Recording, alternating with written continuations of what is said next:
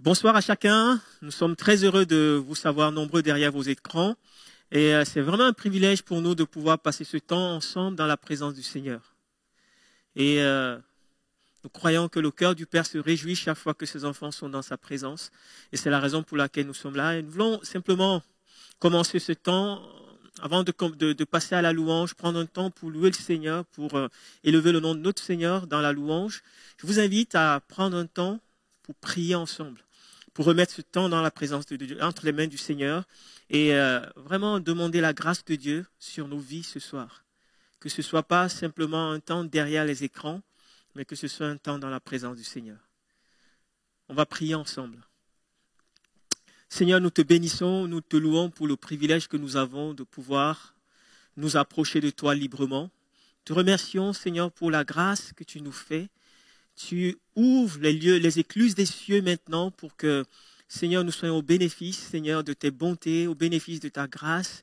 Seigneur, nous prions aussi, Père, pour que vraiment ce temps dans ta présence soit un temps de grâce, un temps de bénédiction. Conduis ce temps de louange, conduis-nous vraiment vers les hauteurs. Que nos pensées, nos cœurs, nos êtres tout entiers soient centrés sur toi. Merci, Père, parce que tu es là. Et parce que tu es là, Seigneur, nos cœurs sont dans la paix et dans la joie. Que ton nom seul soit glorifié. Nous remettons cette soirée et je veux bénir, Seigneur, chaque famille maintenant derrière les écrans. Je veux bénir chaque personne derrière son écran. Seigneur, que vraiment ta paix repose sur les vies et que ta parole trouve un écho favorable dans nos cœurs. Que ton nom soit glorifié au nom de Jésus-Christ. Amen. Je vous invite vraiment à louer le Seigneur ensemble avec Sonia et Jonathan qui vont nous conduire dans ce temps de louange. Que le Seigneur vous bénisse.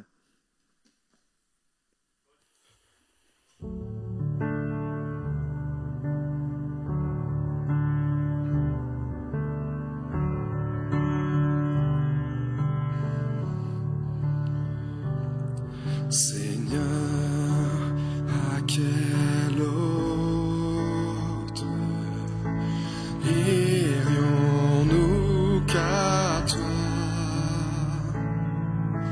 Tu as les paroles de la vie éternelle et nous avons cru et nous avons connu que tu es le Christ, Fils du Dieu vivant. Seigneur, à quelle autre irions-nous qu'à toi? Tu as les paroles de la vie éternelle et nous avons cru et nous avons cru et nous avons connu que tu es le Christ, le Fils du Dieu vivant. Oh, oh, oh, Seigneur, à quelle autre irions-nous qu'à toi? Nous déclarons, tu as les paroles de la vie éternelle. Oh, et nous avons cru et nous avons connu que tu es le Christ, que tu es le Christ, oh, que tu es le Christ, le Fils du Dieu tu es le Christ, que tu es le Christ, oui tu es, que tu es le Christ, le Fils du Dieu vivant.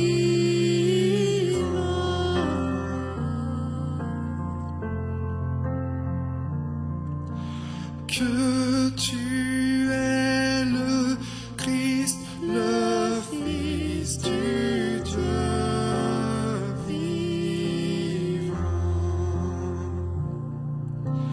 Que tu es le Christ, le Fils du Dieu vivant.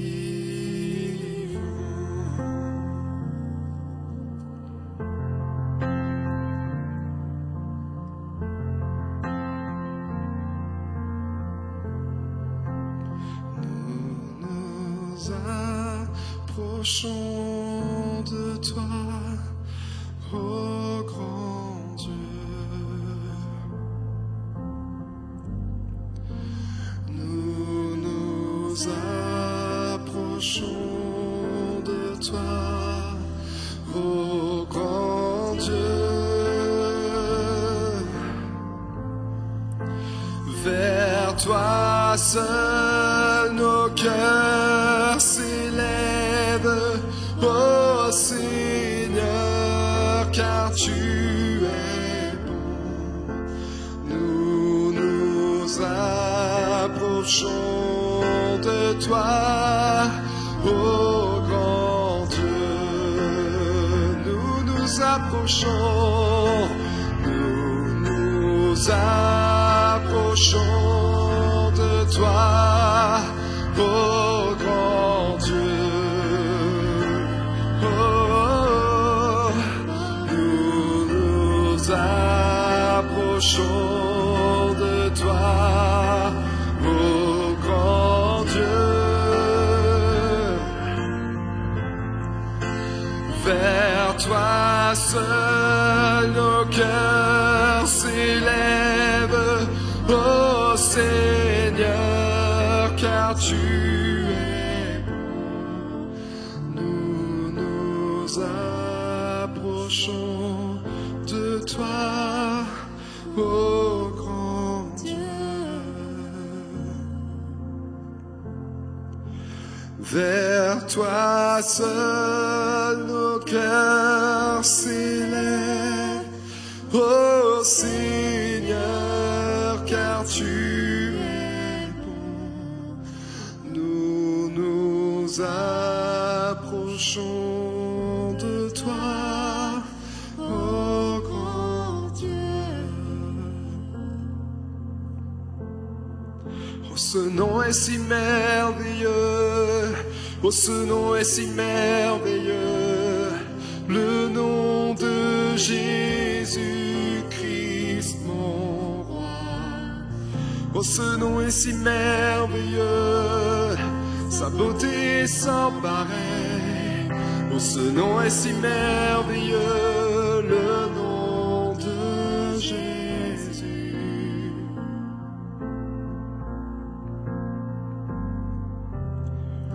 Tu n'as pas voulu les cieux sans nous. Alors Jésus, tu es venu. Ton amour a vaincu mon péché, et rien ne peut nous séparer. Oh, ce nom est si merveilleux, oh, ce nom est si merveilleux, le nom de Jésus-Christ, mon roi. Oh, ce nom est si merveilleux, sa beauté sans pareil. Oh, ce nom est si merveilleux, le nom de Jésus. Oh, ce nom est si merveilleux, oh, ce nom est si merveilleux, le nom de Jésus-Christ, mon roi. Oh, ce nom est si merveilleux, sa beauté sans pareil. Oh, ce nom est si merveilleux, le nom de Jésus. La terre a tremblé, le voile s'est déchiré, désarmant la mort et le péché. Les cieux chantent ta gloire, l'écho de ta victoire, car tu es le roi ressuscité. Tu es sans rival, tu es sans égal, Dieu, tu triomphes à tout jamais. À toi soit le règne, à toi soit la gloire, car ton nom surpasse tout autre nom. Chantons, oh, ce nom est si merveilleux, oh, ce nom est si merveilleux, le nom de Jésus-Christ, mon roi. Oh, ce nom est si merveilleux, sa beauté sans pareil. Oh, ce nom est si merveilleux, le nom de Jésus. Oh, ce nom est si merveilleux, le nom de Jésus.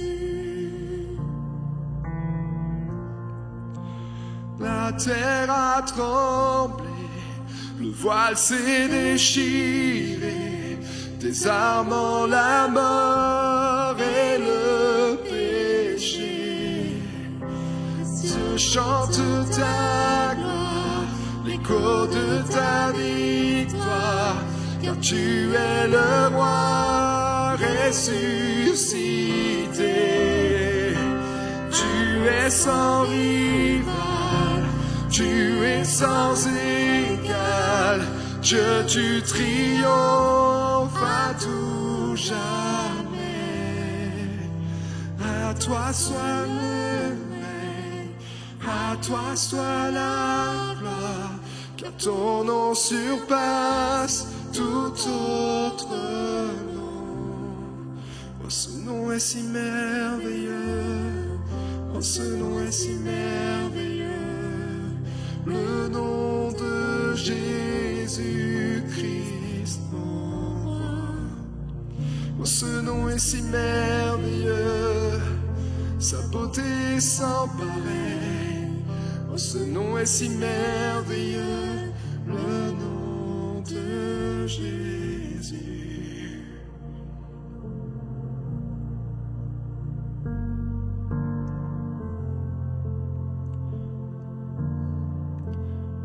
Oh, Jésus, nul n'est comme toi.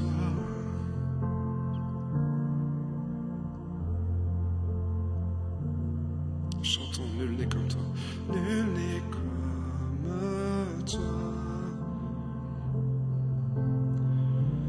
Nul ne peut toucher mon cœur comme toi. Je pourrais chercher éternellement, pourtant nul n'est comme toi.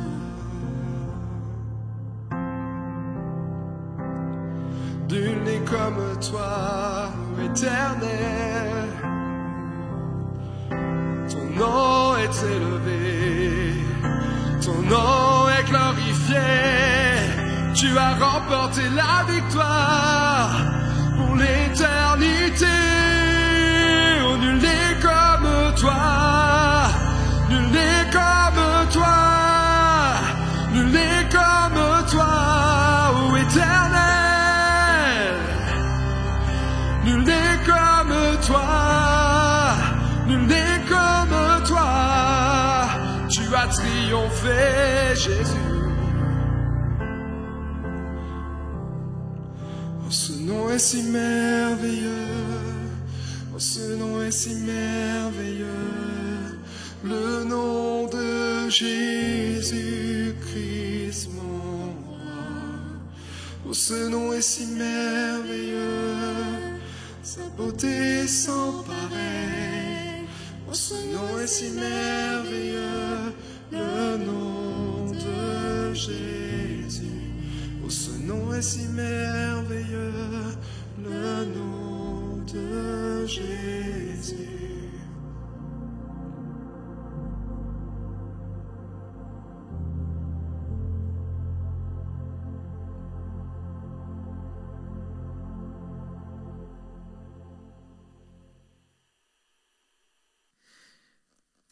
Chers frères et sœurs, vraiment, nous sommes heureux d'avoir passé ce temps dans la louange et merci beaucoup à Jonathan, merci à Sonia aussi pour ce temps, vraiment que j'ai senti conduit par Dieu.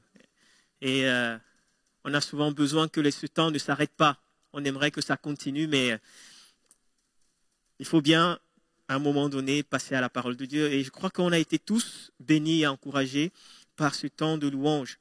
Et ce soir, vous savez, c'est notre rencontre d'enseignement. Ça sera une petite étude biblique sur un sujet qui me semble important, surtout dans les moments que nous vivons. Actuellement, nous sommes rentrés dans des temps qui sont vraiment des moments d'authenticité, les moments qui appellent au fondement même de notre foi chrétienne. Pendant des années, on n'osait même, on ne pouvait pas imaginer que viendrait ces temps où on ne pourrait plus se rassembler dans des lieux. On n'avait pas imaginé cela. Et aujourd'hui, on y est. Et plus que cela, je crois que l'Église de Jésus-Christ traverse des temps où, en tant qu'enfants de Dieu, nous devons avoir, notre foi doit être fondée sur des éléments de doctrine qui sont forts. Parce que le temps est venu où l'ennemi, le prince de ce monde, a mis tout son arsenal en marche pour empêcher le maximum d'enfants de Dieu de rentrer dans les plans que Dieu a préparés, dans les projets que Dieu a préparés. Et même, je ne pense pas me tromper, le but de l'ennemi, c'est d'en empêcher plusieurs de rentrer dans le royaume de Dieu. Et il va se servir des circonstances, il va venir comme ébranler les convictions que nous avons dans nos cœurs. C'est la raison pour laquelle, ce soir, j'aimerais simplement nous encourager à garder vraiment les fondamentaux de la doctrine chrétienne. Et j'aimerais juste aborder un point qui me semble fondamental, sans lequel toute notre foi chrétienne sera ébranlée. Et je vais me poser une question. C'est vraiment sous forme de question que je vais aborder ce thème ce soir. C'est pourquoi Jésus est Dieu. Pourquoi Jésus est Dieu? C'est une question qui apparemment peut nous sembler anodine, parce que, ayant grandi dans l'Église, pour nous c'est une évidence. On nous a toujours dit que Jésus est Dieu. On l'a chanté dans des chants. Et peut-être même que nous-mêmes, nous le disons autour de nous que Jésus est Dieu. Mais en même temps, nous avons conscience que ce n'est pas une évidence pour tout le monde. Malheureusement, même dans nos églises protestantes évangéliques, pentecôtistes. Quand on parle de la divinité de Jésus, ça ne fait pas forcément l'unanimité, même dans nos milieux.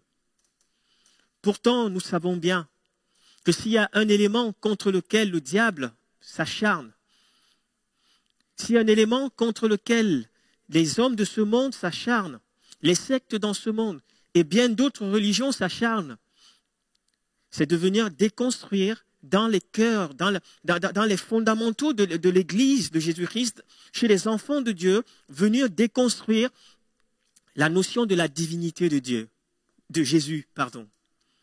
C'est plus facile pour nous d'accepter que Dieu, l'Éternel, Dieu le Père est Dieu. Ça, il n'y a pas d'ambiguïté. On l'accepte volontiers.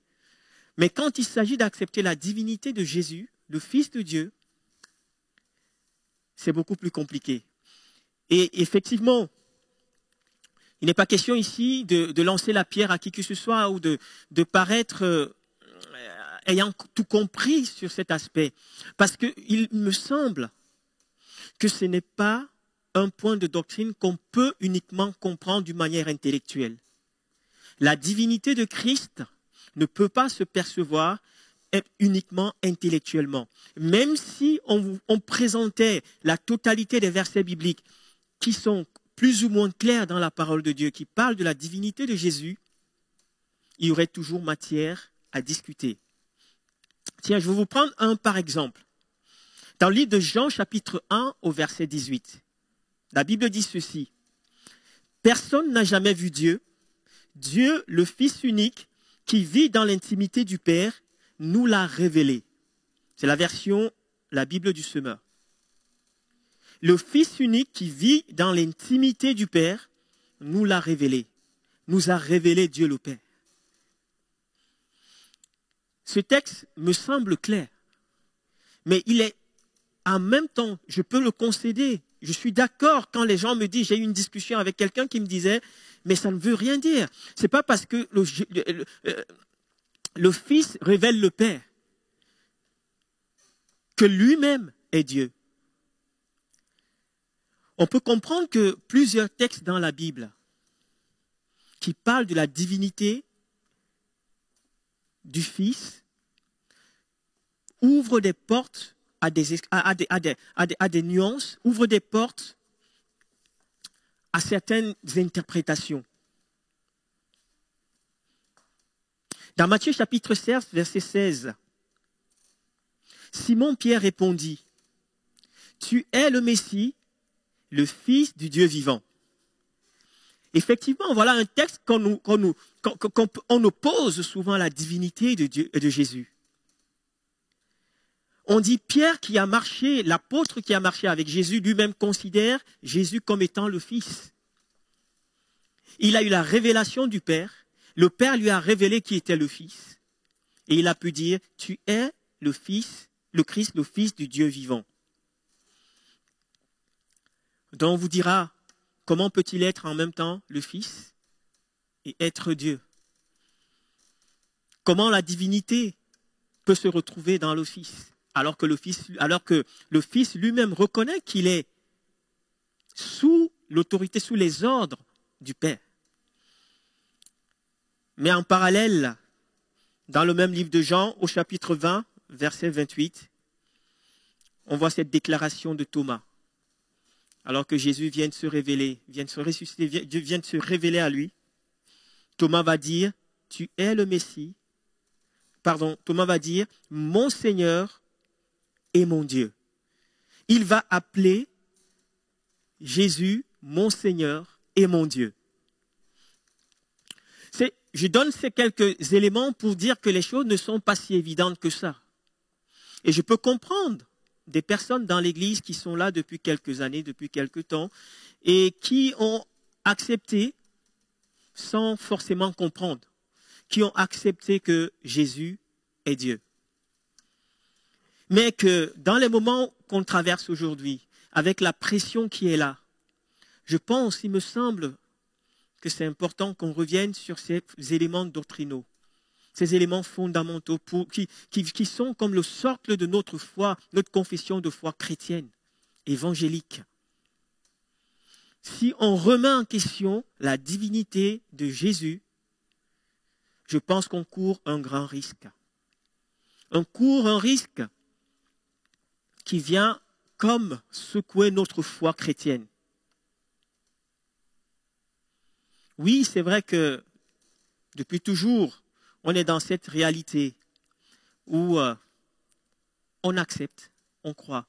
Et je espère en tout cas que ce soir, c'est notre foi qui nous amène, vraiment notre foi. C'est ce que je disais en introduction, que accepter la divinité de Jésus, comme accepter la Trinité, ce n'est pas simplement une question de compréhension. On a besoin d'une révélation de Dieu. On a besoin vraiment, c'est une question de foi. Mais dit comme ça, ça ne suffit pas parce que face à ce monde qui est devant nous, parfois il y aura des moments où il va falloir qu'on explique au travers de la parole de Dieu et que nous-mêmes nous soyons affermis là-dessus. Dans pas longtemps, nous allons fêter la Nativité. Et je pense que nous tous ici, nous sommes nous attendons avec impatience ce temps de la nativité où on va pouvoir être en famille, on va vivre les choses en famille, on va pouvoir manger ensemble, partager des bons moments. Et ça sera le temps de Noël. On va partager les cadeaux. Et je crois que c'est un bon moment en famille. Et je crois que plusieurs parmi nous, on attend ce temps depuis parce que toute l'année, on n'a pas le temps de se voir. Toute l'année, c'est toujours un peu, on court, on est sollicité. Et là, c'est un moment très important pour la famille. Mais j'aimerais faire cette remarque, mes amis. Si ce temps de la nativité, si ce temps de Noël se réduit simplement à un temps de cadeaux, un temps de bons repas, on passe à côté de quelque chose de plus important. Si le temps de la Noël se réduit simplement à fêter la naissance du Fils de Dieu, on réduit encore les choses. Il me semble que la Noël est non seulement le temps de fêter la nativité du Fils de Dieu, mais bien plus encore de célébrer la royauté de Dieu le Fils dans nos cœurs.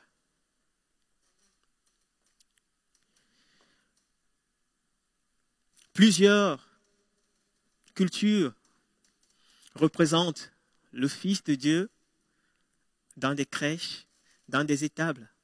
Et on n'a pas de mal aujourd'hui, des chrétiens pratiquants ou non pratiquants, on n'a pas de mal à fêter la nativité, la naissance du Fils de Dieu. Mais il me semble que les temps qu'on vit maintenant, c'est les temps où on doit célébrer la royauté de Dieu le Fils dans nos vies et dans nos cœurs. Et si Dieu, le Fils, ne prend pas toute sa place, s'il ne règne pas dans notre cœur, ça serait dommage de passer ces bons moments en famille avec des cadeaux et les finir comme ça avec un petit Jésus dans le cœur. Jésus veut prendre toute la place. Et j'espère, en tout cas, que notre Jésus n'est pas demeuré petit, mais que son règne s'établit jour après jour dans nos cœurs. Mais pour revenir à notre sujet de ce soir, j'aimerais juste donner quelques éléments qui viennent comme affirmer, qui viennent nous donner de la matière pour vraiment ancrer notre foi dans cette doctrine de la divinité de Jésus-Christ. La première des choses, il me semble importante, c'est qu'on doit accepter, on doit vraiment accepter la préexistence dans les temps passés et en tant que la deuxième personnalité de la divinité, la préexistence de Jésus en tant que la deuxième personnalité de la divinité. Si on n'accepte pas que Jésus a existé bien avant son incarnation, il va être compliqué pour nous de soutenir et d'affirmer sa divinité. Jésus a existé avant son incarnation. La question qui peut être là, qui peut jaillir dans nos cœurs, est peut-être celle-ci. Christ a-t-il commencé à exister avant le moment de son incarnation, ou alors devons-nous croire à une existence préalable de Christ avant sa naissance sur terre? Il me semble que le livre de Jean donne un élément de réponse. Dans Jean chapitre 1, versets 1 à 3, la Bible dit ceci: « Au commencement, la parole existait déjà. La parole était avec Dieu et la parole était Dieu. Elle était au commencement avec Dieu. Tout a été fait par elle et rien de ce qui a été fait n'a été fait sans elle. » On peut lire aussi Jean chapitre 8 au verset 58. Jésus leur dit: « en vérité, je vous le dis, avant qu'Abraham soit né, je suis. » Et j'aime beaucoup la manière dont Jésus dit ici, comment le texte est écrit. Il ne dit pas avant qu'Abraham soit né, j'étais. Il dit je suis. Pourquoi il dit « je suis » ? Dans le français, on aurait préféré qu'il utilise le terme « j'étais » parce que c'est pour dire qu'il était déjà avant Abraham, qu'il a précédé Abraham. Mais Jésus utilise volontairement le présent en disant « je suis ». Pourquoi il utilise le verbe « je suis » ? Simplement en référence au nom de Dieu. Alors que Dieu se présentait dans l'Ancien Testament comme celui qui est. Je suis celui qui est présent. Et Jésus va le dire beaucoup plus tard dans le Nouveau Testament. Il dit en vérité, je vous le dis, avant qu'Abraham soit né, je suis. Nous devons croire à la divinité de Christ. Nous, en tant qu'enfants de Dieu. Bien entendu. Il y a des textes qui peuvent comme amener des nuances, amener comme une forme de confusion. Mais il me semble que le texte qu'on vient de lire, au commencement, la parole existait déjà. Donc le premier point qui est important pour nous, qui vient comme affirmer la divinité de Jésus, c'est qu'il existait déjà avant toute chose. Il y a une préexistence de notre Seigneur Jésus. Ensuite, en plus de la préexistence de notre Dieu, parce que ça ne suffit pas de dire que Dieu existait, même si la Bible le dit, ça ne suffit pas de dire que parce qu'il existait, avant toute chose, il est Dieu. Ça ne suffit pas. C'est un élément important, mais qui ne suffit pas. Le prochain élément, je pourrais le subdiviser en deux. C'est la notion d'éternité et la notion d'auto-existence de Jésus. La notion d'éternité et la notion d'auto-existence de Jésus. Plusieurs vont accepter que Jésus, certainement, il a existé parce que la Bible dit qu'il a existé, mais certainement qu'il a existé à côté de son Père. Il a existé à côté de son Père. Mais dans le livre d'Apocalypse, au chapitre 22, à partir du verset 17, il est dit ceci, au verset 17. Apocalypse 22. « Voici, je viens bientôt, et j'apporte avec moi ma récompense pour traiter... » Excusez-moi, c'est le verset 12. « Voici, je viens bientôt, et j'apporte avec moi ma récompense pour traiter chacun conformément à son œuvre. Je suis... » Au verset 13. Écoutez bien, il dit ceci au verset 13. « Je suis l'alpha et l'oméga, le premier et le dernier, le commencement et la fin. » Ici, nous retrouvons cette notion d'infini. Je suis le premier, mais je suis aussi le dernier. Je suis le commencement, mais je suis aussi la fin. On voit cette notion d'éternité. Dans les textes, quand on lit les textes grecs, la pensée qui est là, c'est cette pensée d'éternité. Je n'ai pas de commencement, mais je n'ai pas non plus de fin. Et cette pensée de l'éternité dans la culture juive était uniquement réservée à Dieu. Donc nous avons besoin de comprendre et d'accepter que Jésus, dans sa nature, Jésus est éternel et Jésus est auto-existant. Pourquoi auto-existant ? Auto-existant parce qu'il n'a pas été créé par quelqu'un. Alors vous allez me dire, mais il est bien né du ventre d'une femme. C'est vrai, mais là on parle de Jésus incarné. Mais avant son incarnation, comme on l'a lu précédemment dans Jean, Jésus existait déjà, bien avant Abraham. Il est celui qui est. Et comme il est auto-existant, il n'a pas eu besoin d'être créé par une entité humaine. Et on voit bien cette pensée.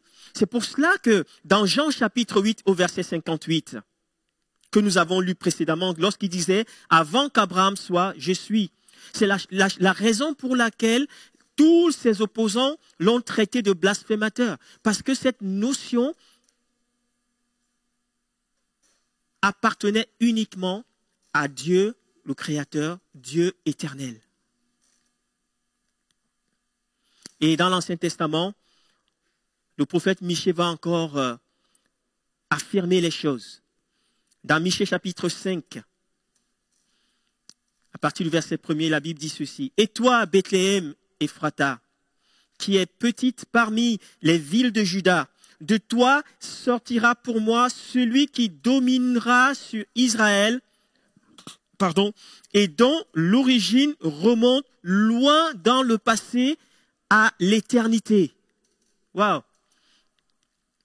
On parle de Jésus ici.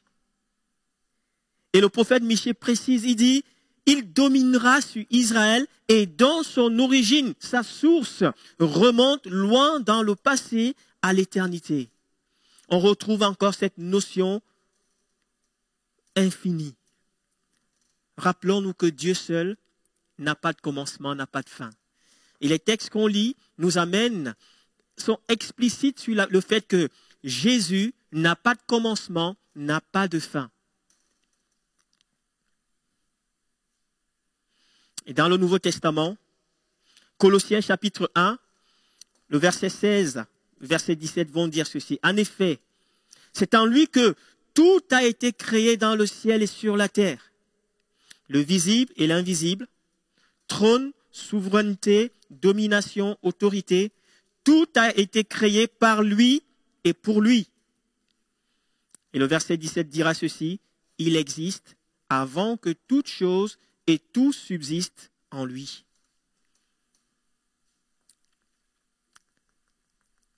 Si ce n'est pas Dieu, qui peut créer?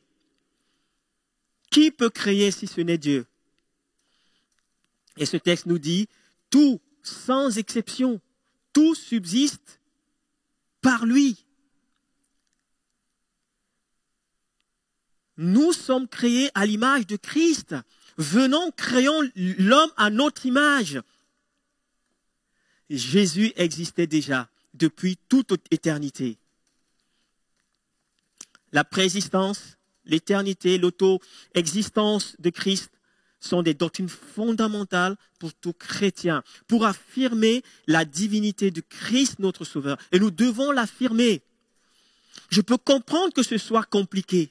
Je peux comprendre qu'il y ait parfois des zones d'ombre, parce que, effectivement, les gens vont me ramener sur à Gethsémané, par exemple. Effectivement, à Gethsémané, quand Jésus sentait que l'heure était grave, que le temps où il devait affronter les méandres de la mort avait frappé, Jésus va dire, « Père, non pas ma volonté, mais la tienne. » Mais là encore, on a un Jésus qui est dans une dimension incarnée. On a Jésus qui est dans une dimension de soumission au Père. Mais lorsque je parle de la divinité ici, je ne parle pas de la divinité incarnée. Parce qu'on sait bien que Jésus a été pleinement homme sur cette terre. Il a été pleinement homme. Et dans sa dimension humaine, il ne pouvait pas être omniprésent. Effectivement, c'est un point, je ne veux pas rentrer là dans cette polémique, mais là, effectivement, c'est l'une des différences entre les luthériens et les calvinistes. Nous, calvinistes, nous sommes de la branche calviniste, nous pensons que Jésus, dans sa dimension humaine, incarnée, n'était pas omniprésent.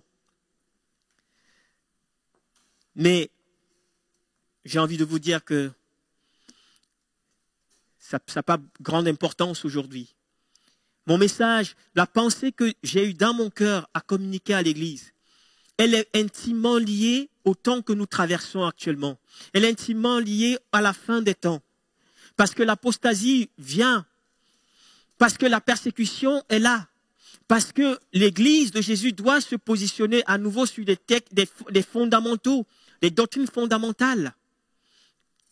Parce que la pression commence à être telle que viendra le temps où peut-être qu'on ne pourra plus circuler comme on veut circuler, comme on circule librement aujourd'hui, parce que on va affirmer certaines choses. Mais je crois que Dieu dans sa grâce, nous donnera la force, nous donnera aussi les armes pour résister. Et la première arme qu'il a donnée à tout enfant de Dieu, c'est sa parole. C'est sa parole. C'est l'arme offensive par excellence. Et nous devons nous en servir.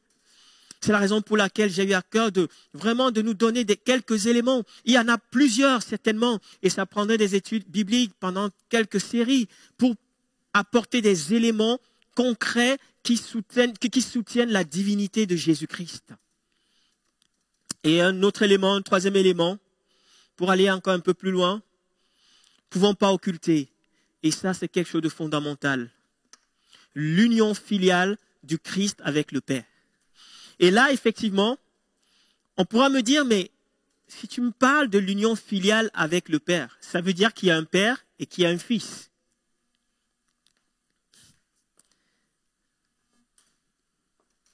Et Jésus, à plusieurs endroits, s'est présenté comme le Fils. Mais une fois de plus, comme je l'ai dit tout à l'heure, il n'y a pas de concurrence. Il n'y a pas de... Il s'est souvent humilié, il a respecté l'autorité de son Père. Mais une fois de plus, dans sa dimension incarnée. Dans sa dimension incarnée. Est-ce que le fait de déclarer que Jésus est Dieu, que Dieu le Père est Dieu, est-ce que nous serons en train d'apporter une nouvelle doctrine qu'il y aurait deux dieux et par conséquent que nous serons aujourd'hui peut-être polythéistes ou alors nous croirons à deux dieux? Non, ce n'est pas mon propos ce soir. Nous sommes monothéistes, nous croyons à un seul Dieu. Mais un élément essentiel que nous devons comprendre, et ça peut nous aider quand nous serons face aux personnes qui auront du mal avec cette notion de la divinité de Christ. Peut-être nous-mêmes, on sera amené à un moment donné à affirmer des choses. Mais il faut qu'on ait des éléments et des outils pour cela. La filiation du Christ avec le Père. La filiation du Fils et du Père.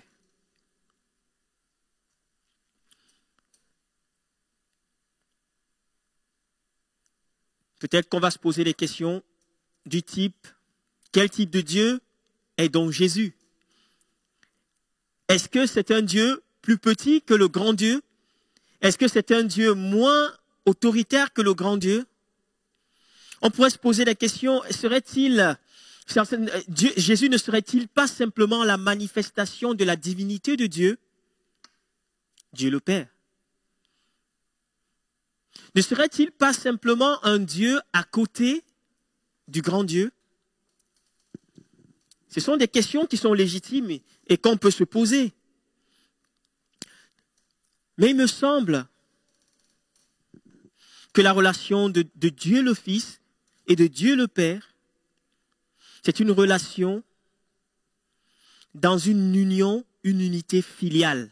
Et c'est ça qui est important pour nous de comprendre. Quand on parle d'unité, d'union filiale, je vais vous donner un exemple qui n'est pas une unité filiale. Nous savons tous les relations d'un homme et d'une femme dans le cadre du mariage. Un homme et une femme, à partir du moment où ils sont mariés, la Bible dit qu'ils sont unis par les liens du mariage et qu'ils font une seule chair. Ils deviennent une seule chair, une seule entité. Par les liens du mariage. Mais avant le mariage, l'homme et la femme étaient séparés d'une manière physique, mais même d'une manière émotionnelle. Dans leur âme, c'était deux entités bien différentes. Mais ce n'est pas le cas de la relation filiale entre le Fils, Dieu le Fils et Dieu le Père. Parce que leur relation était une relation dans l'union filiale. Ça veut dire quoi? On le voit bien dans le livre de Jean qu'on a lu tout à l'heure. La parole est Dieu. Il dit, au départ, il dit, au commencement était la parole. On parle de Jésus. La parole était avec Dieu. D'autres termes disent, la parole était près de Dieu. Et enfin, il termine en disant, la parole était Dieu. Il y a quelque chose uni. En d'autres termes, cette relation filiale, pourquoi on parle de relation filiale entre Dieu le Fils et Dieu le Père? Parce qu'avant même, avant qu'on parle d'unité de l'esprit, l'unité dans l'action, comme Jésus le dit lui-même, le Père et moi, nous sommes un. C'est Jésus qui le dit. Le Père et moi, nous sommes un. Dans Jean chapitre 10, verset 30. Mais ça arrive après l'incarnation. Avant l'incarnation, ils étaient déjà un. Après l'incarnation, ils sont toujours un. C'est la raison pour laquelle on parle ici d'une union, d'une unité filiale. Avant l'incarnation, Jésus n'était pas encore né, qu'il existait déjà en tant que Dieu. Et quand Jésus est incarné, lui-même, dans Jean chapitre 10, 30, il va dire, le Père et moi, nous sommes un. Ce qui n'est pas le cas pour les humains. Avant le mariage, nous ne sommes pas un. Après le mariage, nous sommes un. Alors que Jésus, avant son incarnation, était déjà Dieu. Et c'est ce que Jean nous dit dans Jean chapitre 1.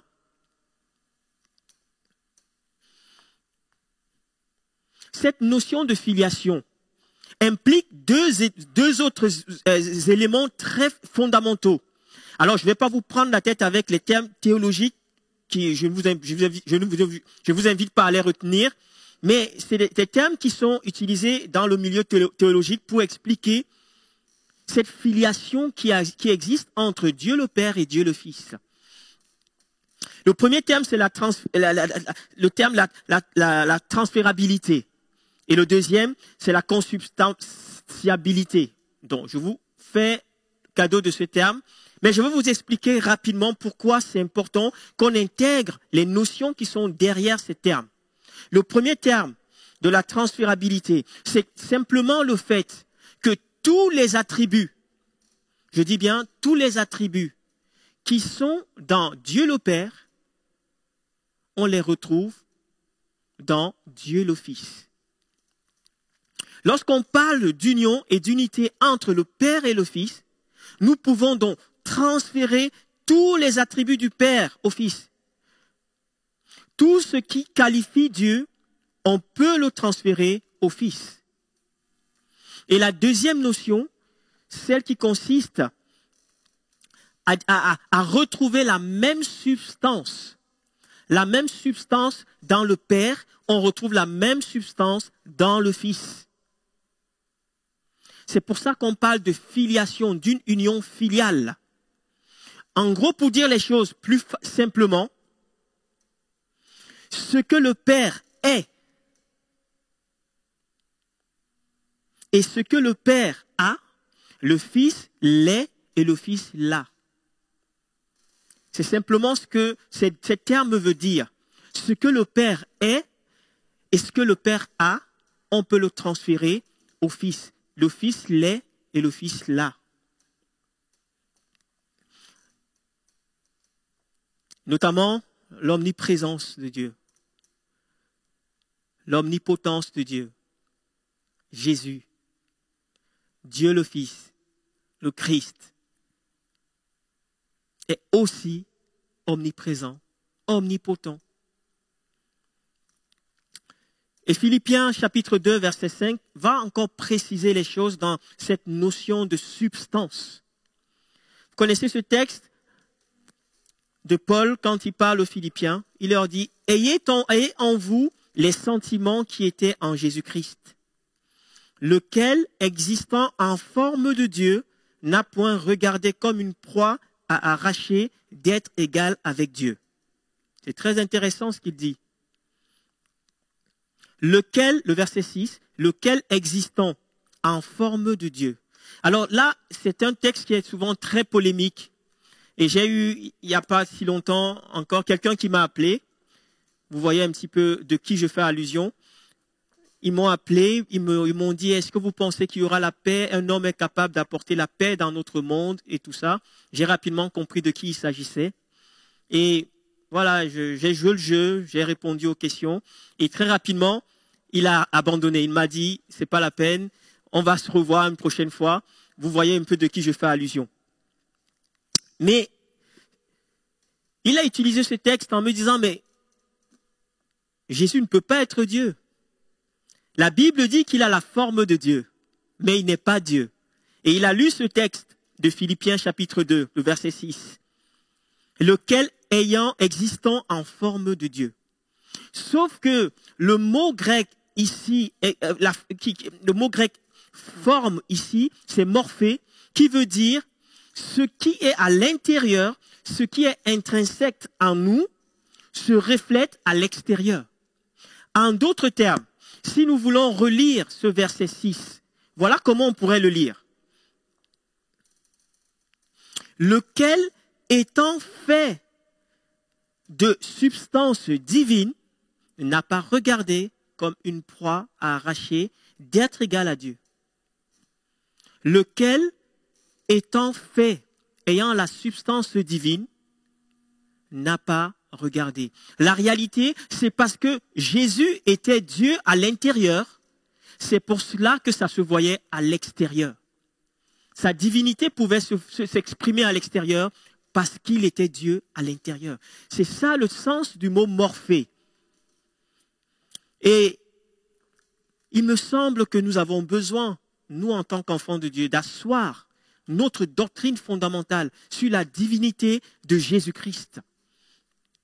Sinon, nous allons être très légers, nous allons être ballottés à tout vent de doctrine. Parce qu'aujourd'hui, les doctrines sataniques sont pilules maintenant partout. Et le but, c'est de venir amoindrir l'œuvre de Jésus-Christ, venir amoindrir la personne de Jésus. Mais vous savez bien que la parole, toute la parole de Dieu, de la Genèse à l'Apocalypse, fait de Christ, de Jésus-Christ, le centre de la parole de Dieu. Et si le diable arrive à nous éloigner de cette notion divine de la personne de Christ,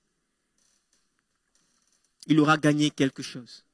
Et j'ai envie de dire, ça serait grave pour nous. La préexistence de Jésus dans les temps passés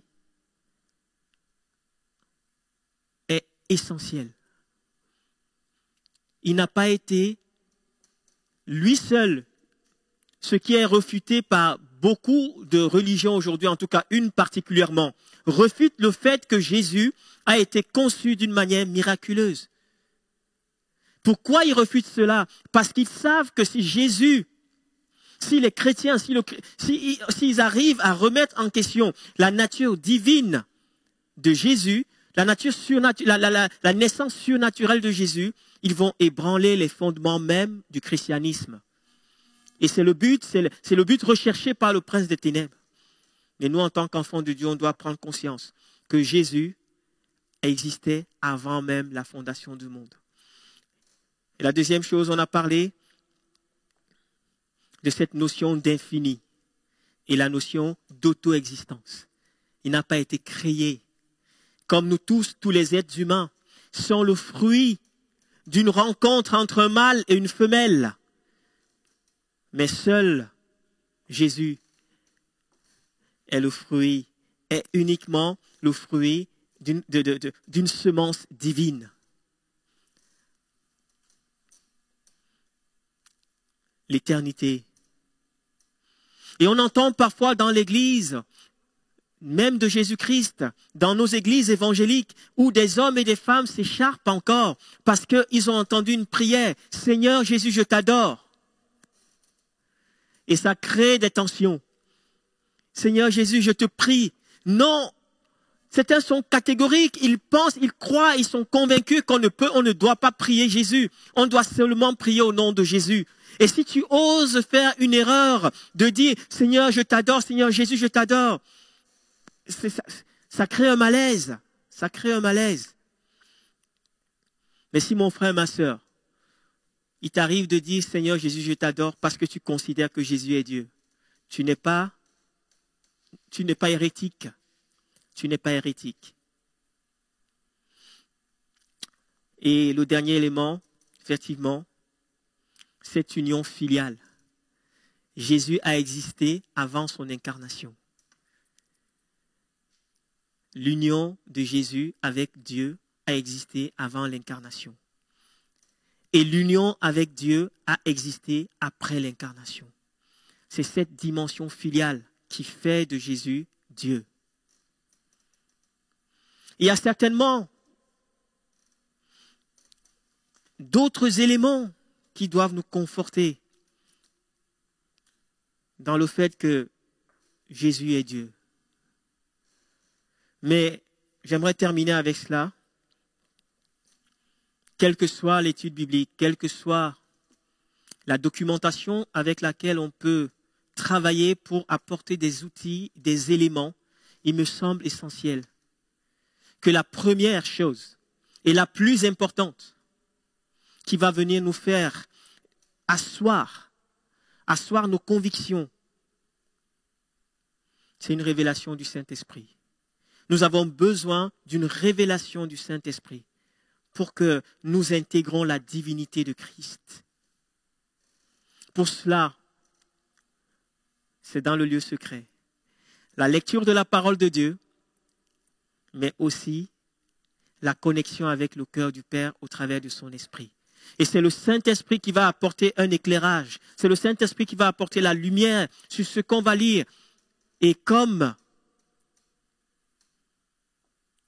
quelque chose, une lumière qui s'ouvre devant nous, comme l'apôtre Paul a pu connaître cela sur le chemin de Damas. Lui qui était le persécuteur de l'Église, il a pu entendre, c'est moi, Christ Jésus, que tu persécutes. Une révélation nouvelle. Nous avons besoin de la révélation de Dieu pour intégrer, pour accepter, pour comprendre, mais surtout pour vivre la divinité de Jésus-Christ en nous. Donc alors qu'on s'approche de cette fin d'année, les amis, je voulais juste nous encourager. Ne laissons personne venir nous tromper sur la divinité de Christ. Il est Dieu. Et on ne peut pas uniquement essayer de le comprendre au travers de la lettre. Comme je vous l'ai dit, certainement, il y a des textes qu'il faut approfondir pour expliquer. Comme je disais, à Gethsémane, effectivement, il va dire « Je ne fais que la volonté de mon Père qui m'envoie. Que ta volonté se fasse, Seigneur. » Oui, c'est Jésus incarné qui réalise, qui est dans une relation de soumission à Dieu le Père. Mais si on réduit Jésus seulement à sa dimension incarnée, mes frères, on court un risque de remettre toute notre foi chrétienne en question. J'aimerais prier ce soir. Je ne sais pas si les quelques éléments que j'ai pu apporter t'ont aidé à comprendre, à avancer, à évoluer peut-être dans ta compréhension de la divinité. Et je le dis encore, je le redis, ce n'est pas une question de simplement intellectualiser la compréhension de la divinité de Dieu, de Jésus, mais vraiment, c'est une question de la révélation. Il s'agit de recevoir une révélation du Saint-Esprit sur la divinité. Et je crois que Dieu veut se révéler à chacun de nous, surtout dans ces moments qu'on vit. Et alors qu'on sera peut-être autour d'un bon repas pendant la période de Noël, comme je l'ai dit en introduction, notre Dieu, son désir, c'est que sa royauté, qu'on célèbre sa royauté, non du Fils de Dieu, mais du Dieu le Dieu Fils. Qu'on célèbre cette royauté. Le Dieu notre Dieu, le Fils de Dieu. Mais excusez-moi, je me mélange les pinceaux, mais je crois que vous m'avez compris. Le but est qu'on célèbre la royauté de Dieu, le Fils. Voilà, la royauté du Dieu Fils. Et plus il va régner dans nos cœurs, plus nous allons refléter sa gloire à l'extérieur. C'est son désir. Qu'on reflète sa gloire, qu'on reflète sa vie, qu'on reflète ses sentiments. Et cela, il faut préalablement accepter qu'il soit notre Dieu.